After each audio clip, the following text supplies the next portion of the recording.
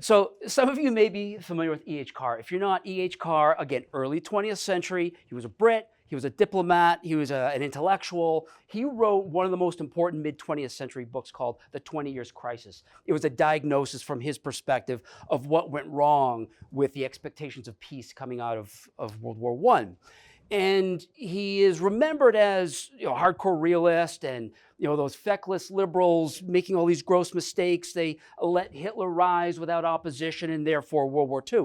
That is a misreading of E.H. Carr. If you read his first chapter of that book, the last paragraph on page 10, I know it because I teach it all the time. I love it.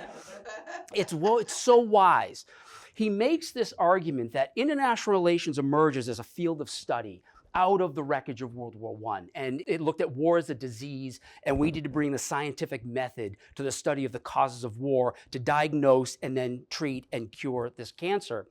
And he said, however, because we were so purpose-driven, we went through this utopian phase at first. Pie in the sky ideas, no connection to reality. It was only when we had a rigorous study of the facts and just the way the world works, like science has to just study, it doesn't matter what you wish your chemistry lab to produce, the chemistry is going to work out the way the chemistry works out. We need to have that same realist approach to this. So people say, well, I guess that's just it.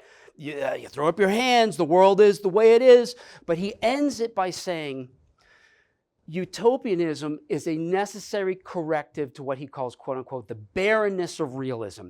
Realism is the attitude of old age.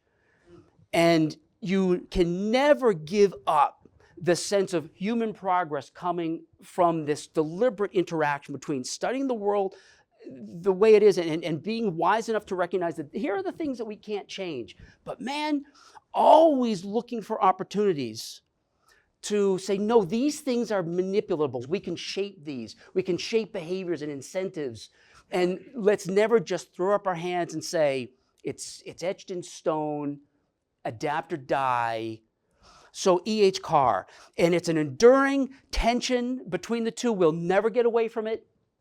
Your generation will never get away from it. Just embrace it. What things do you have to just accept and live with? Where are those pockets to keep pushing for progress?